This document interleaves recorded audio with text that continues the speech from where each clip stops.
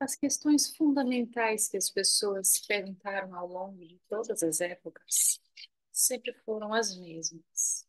Quem sou eu? O que eu estou fazendo aqui?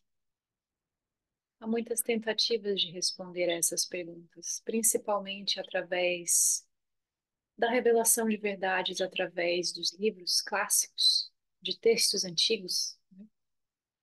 A minha proposta é outra, é responder a essas questões fundamentais fazendo uma jornada interior, uma busca particular, através de uma outra forma de adquirir conhecimento.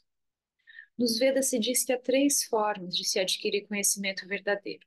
Um é através dos shastras, dos livros, das escrituras.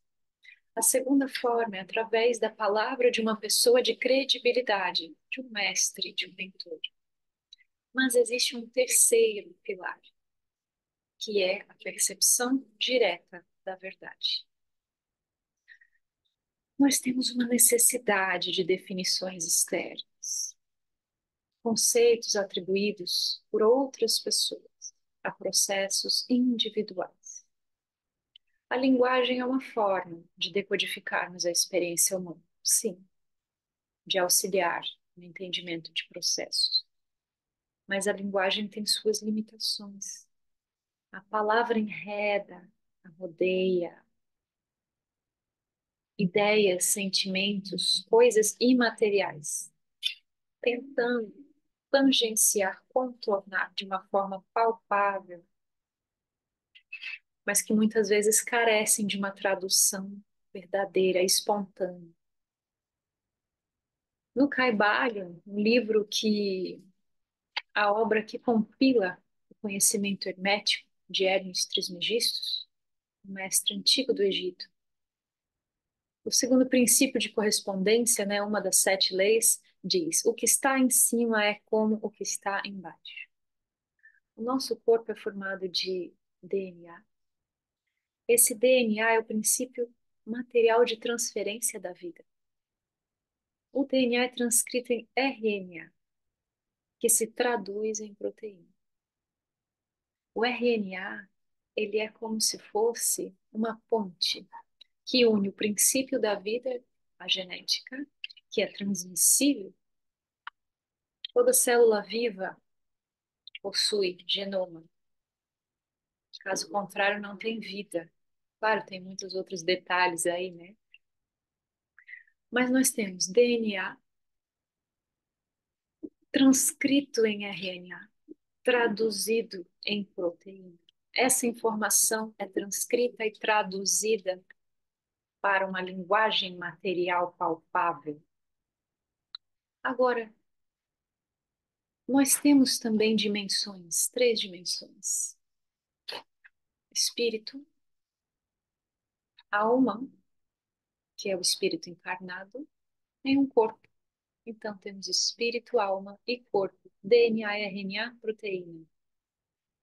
Como traduzir materialmente as experiências do espírito? Pois que o espírito é a consciência que experimenta. Vejam como o mundo material ele possui formas de nos conectarmos a verdades mais sutis. O que está em cima como o que está embaixo. Chega um momento da vida de todos nós em que nós nos desalojamos, nós nos desinstalamos, nós nos desiludimos, nos desenganamos do processo de vida que aprendemos de valores herdados, familiares, sociais, culturais, enfim. Começa o desengano, a morte de algo em nós. Algo que dói, que confunde. Surge uma angústia. E nesses momentos, se nós não encontramos um acalento, nós precisamos de uma tradução para o que está acontecendo. A tradução de uma experiência imaterial para algo palpável, prática, prático. Pois a realidade material é onde a gente sente que tem mais poder, poder de compreensão, controle, manipulação. Poder é uma palavra que se refere às forças da Terra. A Terra enquanto elemento, elemento Terra. E o poder, ele tem uma polaridade oposta, que se chama potencial. Como assim? Quem almeja poder cai em densidade, cai em engano, em ilusão, em instalações, em corredores energéticos ardilosos, perigosos, por conta da concepção fundamental do poder, da ideia de poder, que pressupõe a separatividade, a competição, a diferenciação entre os seres e um juízo de valor. Mas quem almeja potencial não briga com ninguém, quer apenas potencializar-se, trazer à luz, fazer nascer potências internas, naturais. Poder e potencial são coisas diferentes. As potências estão aí latentes, dormentes, aguardando os primeiros raios de sol da primavera para romper a casquinha e conhecer o ar rarefeito, conhecer o orvalho da manhã e descobrir outras capacidades,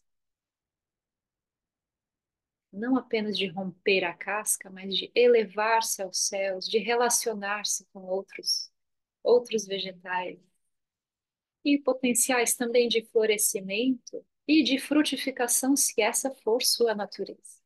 Nem toda planta frutifica, floresce. Vejam como a natureza oculta no seu corpo, em suas imagens, símbolos, significações essenciais para a vida humana. O que está em cima é como o que está embaixo. O alquimista, o hermetista, o mago, o naturalista, a bruxa, o poeta, são essas pessoas cujo olhar sobre o mundo se espanta e se encanta com tudo que vê. Pois de todas essas partes, de todos esses fenômenos, esses ciclos e ritmos naturais, partem vozes, partem ideias que se relacionam ao todo como uma rede, como um teatro. Fio a fio vão se tramando, se urdindo, criando belezas, criando ordem e criando caos também, porque o caos faz parte. É a polaridade oposta da ordem. Por isso, eu vos convido a vir comigo em um grupo de autoestudo chamado TEAR. A ideia aqui é a gente trafegar pelos fios que enovelam a vida, cordões relacionais que nos unem todos. A semente que rompe é o mesmo que o neném que chora, o primeiro choro da vida, de uma vida. A flor que se abre é o mesmo que a voz que ressoa e que ecoa. Eu quero compartilhar com vocês esse olhar sobre o mundo. Um olhar que me foi presenteado com dádiva, mas um olhar que é cultivado com boas práticas de saúde, de silêncio, de reverência, de cultivo das virtudes. Isso também quero compartilhar com vocês. Que boas práticas nós podemos criar em nosso dia a dia para limparmos o nosso olhar sobre o mundo? Se fala em derrubar os véus da ilusão. O que desejo mostrar a você é que não é necessário nenhum texto, nenhum mestre, nenhum curso, nenhum livro para nos revelar a verdade. Os mestres, as obras, os ensinamentos, os estudos, todos são bem-vindos e nos constroem. Se sinceros e comprometidos com a verdade, eles vão polindo os nossos sentidos, vão polindo a nossa intenção. Eu fui acolhida por muitos mestres, por muitas obras que me ensinaram e me ensinam a partir de muitas dimensões. E eu sigo lendo, estudando, aprendendo, conversando com uma linguagem que conversa com a minha, pois é comum nós encontrarmos também mestres e obras que não conseguimos entender ou nos conectar, e isso faz parte da nossa busca, encontrar que linguagem conversa com nossa linguagem. Mas eu desejo mostrar que a gente também pode dedicar um tempo a observar, a sentir. E para melhor observar e sentir, purificar mente e sentidos para que o olhar seja puro, o mais puro possível, porque é a nossa principal ferramenta de conhecimento. O olhar de forma simbólica, não apenas o olhar dos olhos. O Buda dizia que nada é verdade além da experiência pessoal, ou seja, algo que alguém lhe disse não tem o peso de uma verdade que você vivencia. E Jesus dizia também: se teus olhos forem bons, todo o teu ser será bom. O olhar sobre o mundo.